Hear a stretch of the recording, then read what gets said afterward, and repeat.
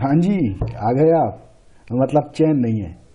चलिए आ गए हैं तो let's discuss the civil uprising in the British India. Okay okay, jokes apart, let's classify these civil uprisings. Popular uprisings can also be grouped as political and religious movements, like one of Fakir uprising and Sannyasi uprising, and movements by deposed rulers and zamindars, like those of Velluthampi's revolt and Poligar revolts, and movement by dependents of the deposed rulers and tribal movements. Jahan tak we are concerned with tribal movements, we have already covered this part in our previous lecture, and the separate revolt, that what happened in Sannyasi revolt or what happened in Velluthampi's revolt, we will be discussing that part in some other lecture. But as of now, as I told you earlier, UPSC is not very much keen on asking separate revolts as such, rather than it is interesting in their significance, their cause, their characteristics, their weakness, their positivities. Okay, moving on. If we talk about the causes and characteristics and significance, let's take on them one by one. The series of civil rebellion were often led by the deposed Rajas and Nawabs or their descendants. Why? These uprooted and impoverished jamindars, landlords and polygars, and ex-retainers and officials of the conquered Indian states, it is the they actually sometimes initiated these revolts just because they have lost their earlier privileges. And what formed backbone to their civil rebellions? The mass base and the striking power for these rebellions came from the wreck-rented peasants, ruined artisans, and demobilized soldiers. These are the people who all are supporting these rebellions. Let me write them for you. These were peasants, ex-soldiers,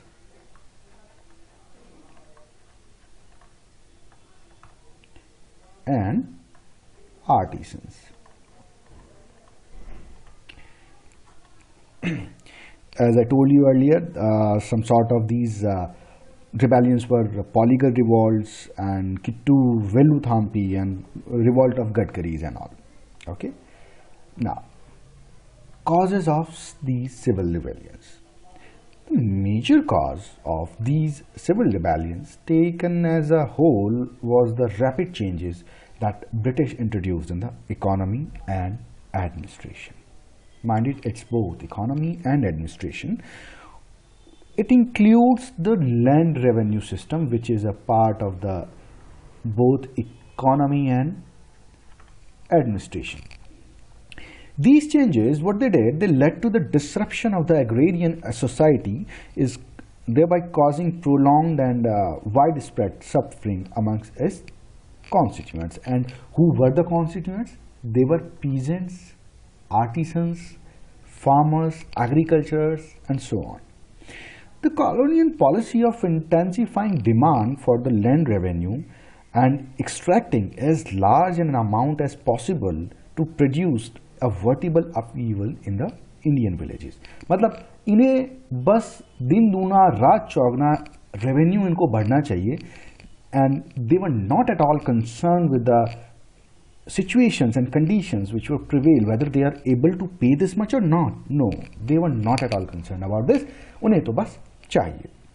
In Bengal, for example, let me tell you, in less than 30 years, the land revenue, when 30 years of when Britishers took over,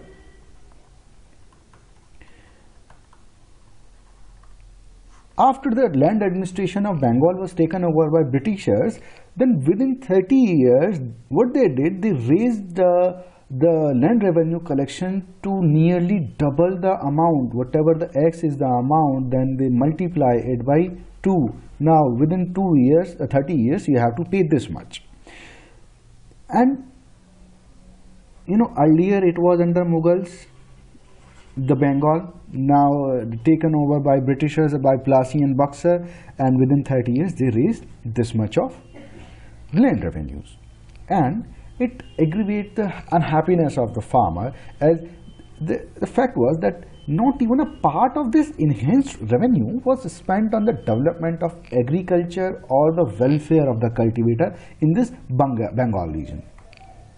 मतलब आज भी उनके लिए सिंचाई के लिए कोई नहरें नहीं हैं. They are still using the primitive tools, but rather than all this disadvantage, the land revenue was twice as it was 30 years earlier. Thousands of zamindars and polygars, they lost their control over land and its revenue. अच्छा, दर्द तो होना था इन लोगों को. So what happened? Why they lost the control? Due to extension of their rights by colonial state or by forced, they were forced to sell their rights over the land because they were unable to meet the exorbitant and land revenue demands from the Britishers, which I told you earlier that it was on the rise. तो Britishers दोगुना लगान देना पड़ेगा. जमींदार बोला नहीं दे सकता. उसने कहा तो जमीन छोड़ दे. जमीन छोड़ दी तो ये विरोधी हो गए. Okay, now they resented the loss and even more when they displaced by the rank outsiders. Look, they were replaced by the government officials, merchants and moneylenders. Now they are becoming the zamindars and polygars of the land lost by the erstwhile zamindars and polygars. These new landlords, they bereft of any traditional paternalism towards their tenants, or इससे पहले क्या होता था, whenever a zamindar is there of a village, तो he was like a patron to all of the villagers. वो लोग अपने छोटी मोटी problems उसके पास लेकर आते थे, and zamindar used to take sympathy and empathy while solving and resolving to their cause. But these new zamindars, as they were outsiders, they were not paying any heed to the local villagers and people. So as I told you, these new landlords, they were bereft of any traditional paternalism towards their tenants. They pushed up the rents to the ruinous heights and evicted them in the case of non-payment. Okay, British Raj ने मुझसे दुगना लगान मांगा है, आप मुझे दुगना या तिगना दीजिए, नहीं दे सकते. ओके, गो टू हेल, ये जमीन मेरी हुई. चलिए sir. The new courts and the legal system that gave a further fillip to the dispossessors of the land and encouraged the rich to oppress the poor. यानी कि नया जो system, court system और एडमिनिस्ट्रेशन आया, that was even not supporting to the ordinary people. They were actually given the support to the new zamindars and landlords of that area. Flogging, torture, jailing of the cultivators for arrears of rent और land revenue और interest on debts were quite common. The ordinary people were also hard hit by the prevalence of the corruption at the lower level of the police, judiciary and general administration. हर एक चीज के लिए उन्हें नजराना देना पड़ता था, रिश्वत देनी पड़ती थी. The petty officials enriched themselves freely at the cost of poor. William Edward ने ये कहा था. William Edward was an English official. He wrote in 1859 that the police were a scourge to the people and that their oppression and exaction from one of the chief grounds of the dissatisfaction with our government. This was one of the chief grounds why the common people were having so many grievances against the British government. The ruin of the Indian handicrafts industries as a result of imposition of free trade in India and levy of discriminatory tariffs against Indian goods in Britain, it also made millions of artisans to come to the roads. The misery of artisans was further compounded by the disappearance of their traditional patrons and buyers, the princes, the zamindars and all. Okay, let me tell you, it has one again. What happened? Britishers having mechanization, Indians were doing handicrafts. British goods are coming into India with free duty, but Indian handicrafts going to British with heavy tariff. Okay, so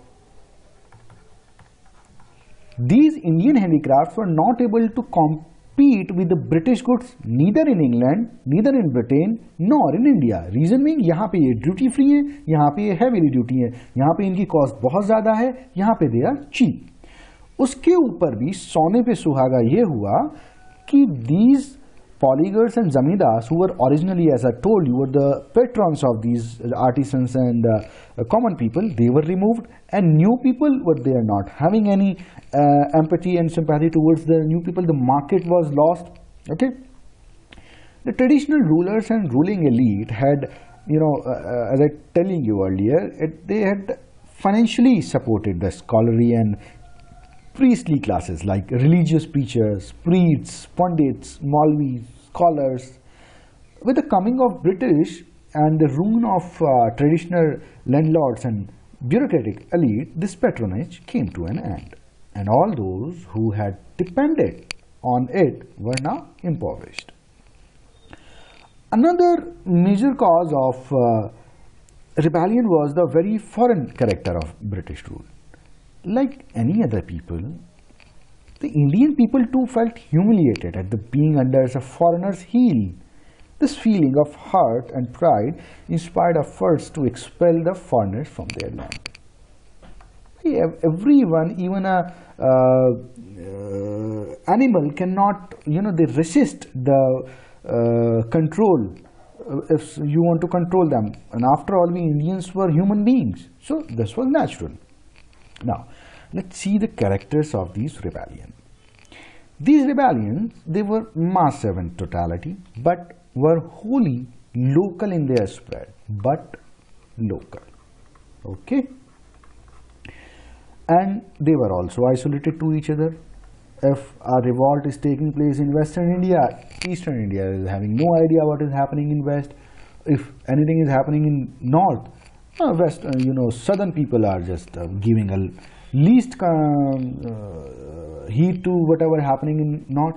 Okay, they were also the result of local causes and grievances, and also localized in their effects. As I told you, they often bore the same character, though whatever revolt is happening in North, it is also happening in South for the same reason, but their causes were local. Causes were same, but causes were local. And that's why they didn't represent any national or common efforts. They were not like, okay, if something is going on in North and same thing is happening in South, so let's join the efforts. This was not the feeling. Okay, North are dealing with their own problems, Southern people are dealing with their own problems. So there was such no national or common efforts, but because they were represented the common conditions, though separated in time and space. Socially, economically, and politically, the semi-feudal leaders of these rebellions were backward-looking and traditional in outlook. How come? They still live in the old world, blissfully unaware and oblivious of the modern world, which has knocked down the defenses of their society. These revolts were local and isolated from each other. British government ruthlessly suppressed them. For example, Velu Thampi, the rebellious Diwan of Travancore, Velu Thampi, who was the rebellious Diwan of Travancore, he was publicly hanged. The suppression of civil rebellions was a major reason. The way British suppressed these revolts, it was a major reason that revolt of 1857 did not spread to the southern India and most of the eastern and western India. Because they were suppressed so brutally. Even a divan, a leader of a revolt, was publicly hanged, and no one even raising a voice against him, just because they were so much terrified by the brutality of the British. So they dare not to raise their voices even in the time of a bigger uprising, a bigger Sepoy Mutiny of 1857. They kept their mouth. Okay. Now let's see the significance and weakness of the uprisings. The historical significance of these civil rebellion lies in that they established strong and valuable local tradition of resistance to the British rule. Let me tell you, that's no doubt that North Wala rebellion is not connected to the South Wala rebellion, but they are imbibing a tradition of being,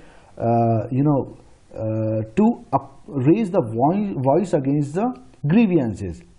So this is something which created a platform for the bigger revolt to come into the future, that is revolt of 1857. The Indian people were to draw inspiration from these traditions in the later nationalist struggle for freedom. Now, weakness of the uprising, as I told you earlier, these were massive in totality, but in fact they were localized and isolated, and they mostly had the local grievances. The leadership was semi-feudal in character, backward-looking, and traditional in outlook, and their resistance represented no societal alternative. Matlab, if a leader is standing against the administration, then he is not providing any alternative to this suppressing administration. What he is trying to do, that okay, move them out and let me come in. So a common man of prudence will ask, okay, what's new in that? पहले भी आप थे, फिर ये आ गए, अब ये चले जाएंगे, फिर आप आ जाओगे. So this is something, not the forward-looking out view of the leaders.